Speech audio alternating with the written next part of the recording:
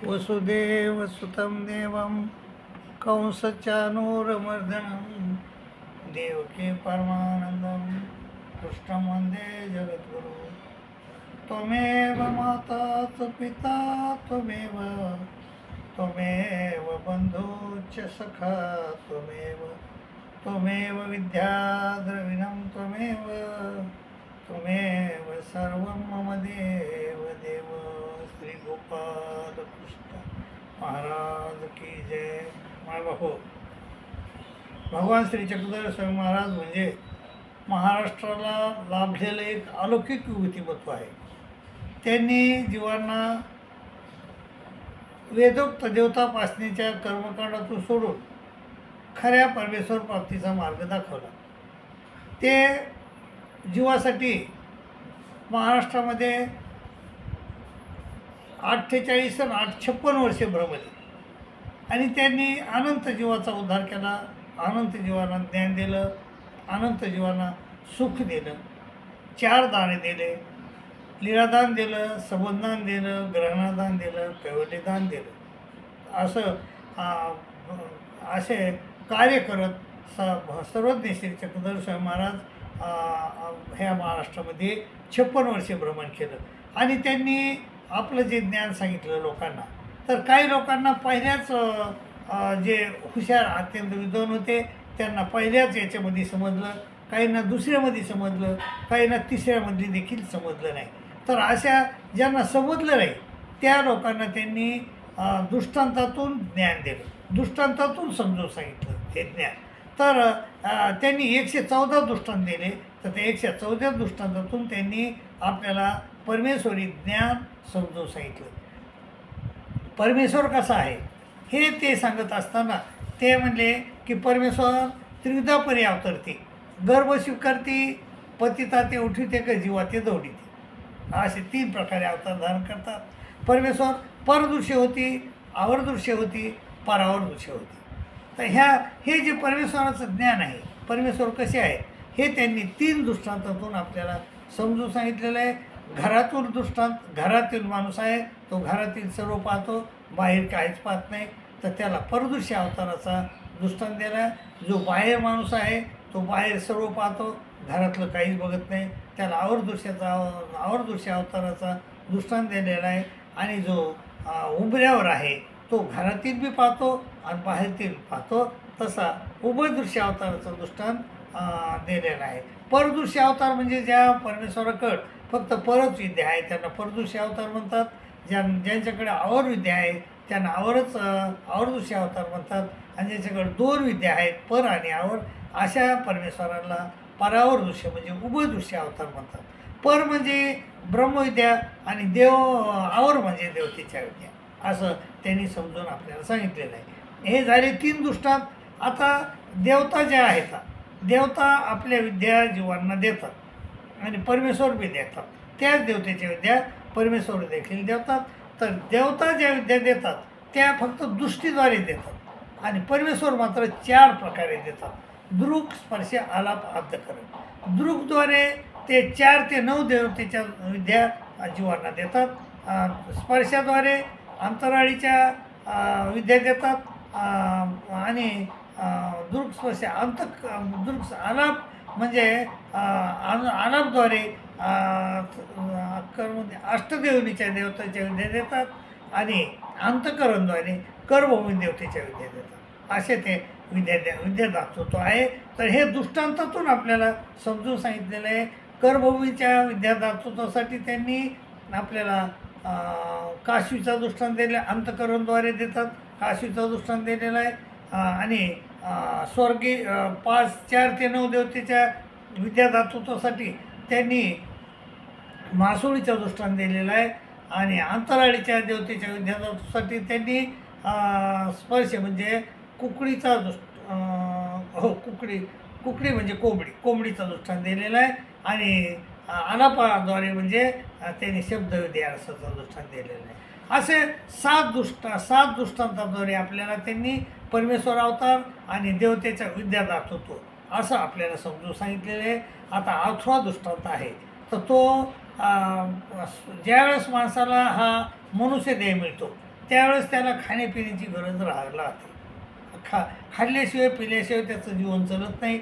आणि प्यायला पाहिजे तर त्याला कमवावं लागत आहे. मग लोक कोणी आमदार होतात, कोणी खासदार होतात, कोणी किराणा दुकान चालतात, कोणी कापड दुकान चालतात, कोणी काही करतात, कोणी काही करतात पैसे मिळण्यासाठी.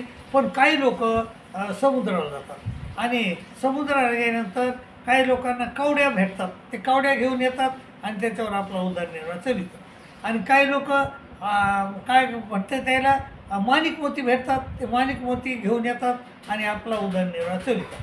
पण काही लोक असे असतात हुशार, ते म्हणतात नाही, हे समुद्र आहे, ह्या समुद्रामध्ये अनर्ध्य रत्ने असतात आणि मग त्या अनर्ध्य रत्नेचा व्यापार करतात आणि त्याला अनर्ध्य सापडतं देखील.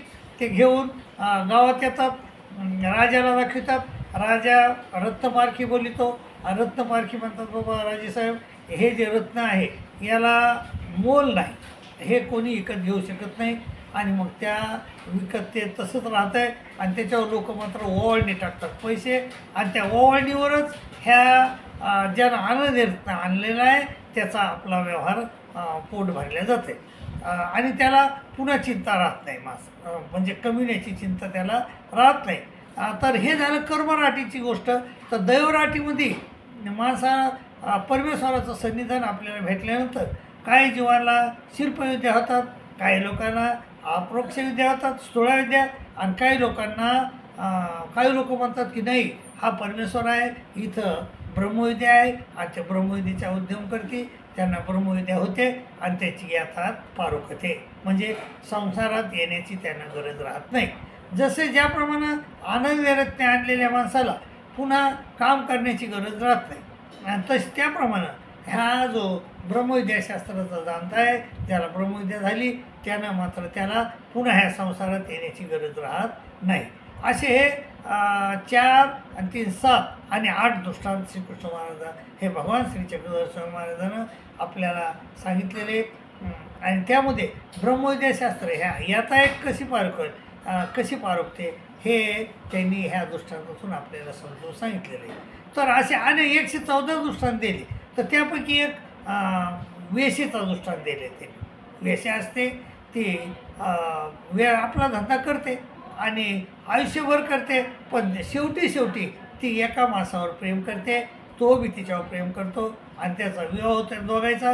मग ती त्याच्याबरोबरच राहते आणि त्याचं मनितले करते आणि तिला लोक काय म्हणतात, मग पतिव्रता म्हणतात, कारण त्याच्या आज्ञेच्या बाहेर ती जात नाही. तिला लोक पतिव्रता म्हणतात.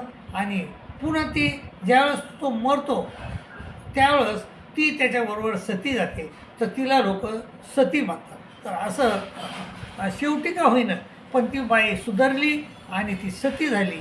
ती काय झाली, सती म्हणले तिला लोक. म्हणजे तिला चांगलं लोक, चांगल्या बाईच्या लाईनला ती बसले गेली.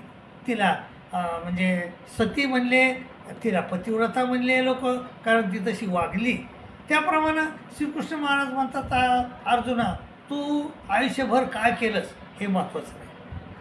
माणसानं आयुष्यभर काय केलं हे महत्त्वाचं नाही, परंतु शेवटी माणूस जर सुधारला गेला तर तो माणूस, त्या माणसाला श्रीकृष्ण महाराज म्हणजे त्याला लोक चांगले म्हणतात.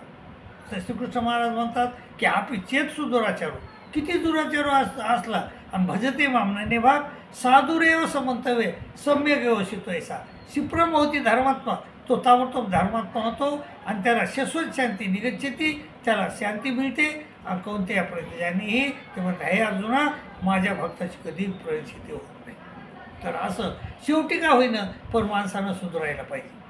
तर असं आहे. आता वाऱ्याकोळी जे होता त्यानं आयुष्यभर वाटमारीचा धंदा केला, पण शेवटी तो श्रीरामाचा भक्त बनला आणि त्याचं भलं झालं.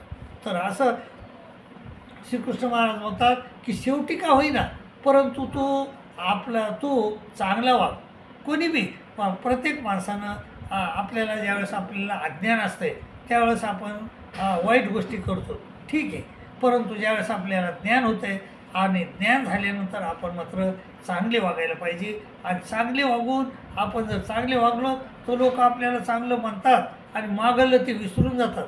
त्यामुळं माणसानं चांगलं वागलं पाहिजे. म्हणूनच श्रीकृष्ण महाराज म्हणतात अर्जुना मनमना भव मत भक्तो, माझा भक्त हो. मामेकम शरण मोज, मला एकट्याला शरण ये. अर्जुना मनमना भव मत भक्तो मध्याजीवन सुरू आणि मामे वैशेषी सत्यम ते प्रतिजानी पिरुष्य, आणि तुम्हाला प्रिय होशील याच्यात संशय नाही. मनमना मत भक्तो मध्याजीवन सुरू मामे वैशेषी युक्त वय वमात मानमत परायणा, असं श्रीकृष्ण महाराजानं अनेक वेळा सांगितलं की तुम्ही किती अपेक्षेत सुदुराचारी किती दुराचारी असले तरी शेवटी मला शरण या.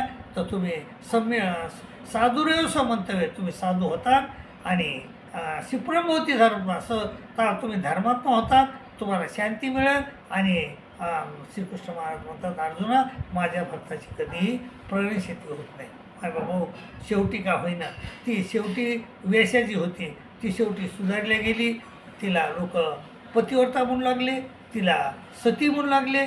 त्याप्रमाणे तुम्ही जर किती बी वाईट असताल तर तुम्ही जर शेवटी का होईना पण परमेश्वराचं चिंतन करत राहिलात, परमेश्वराला शरण गेलात, श्रीकृष्ण महाराजाला शरण गेलात आणि नीतीचे नियम पाळले, नैतिकतेचे नियम पाळले, रामासारखं वर्तन केलं तर निश्चितच तुमचं भलं होईल आणि तुम्हाला श्रीकृष्ण महाराज आपल्या पदरात घेतील अशी मला खात्री आहे. म्हणून मायबापो शेवटी का होईना पण सुधरा, आपलं जीवन सुधरा, वाईट धंदे सोडून द्या आणि व्यसन सोडून द्या आणि आपल्या जीवनाला भलं करण्याचा प्रयत्न करा अशी मी विनंती करतो आणि इथंच थांबतो.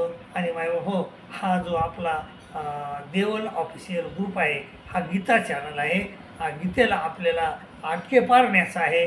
तर जर तुम्ही नवीन असता तर ह्या चॅनलला सबस्क्राईब करा, शेअर करा, लाईक करा अशी विनंती करतो आणि इथंच थांबतो. दंडोत प्रणाम, दंडोत प्रणाम, दंडोत.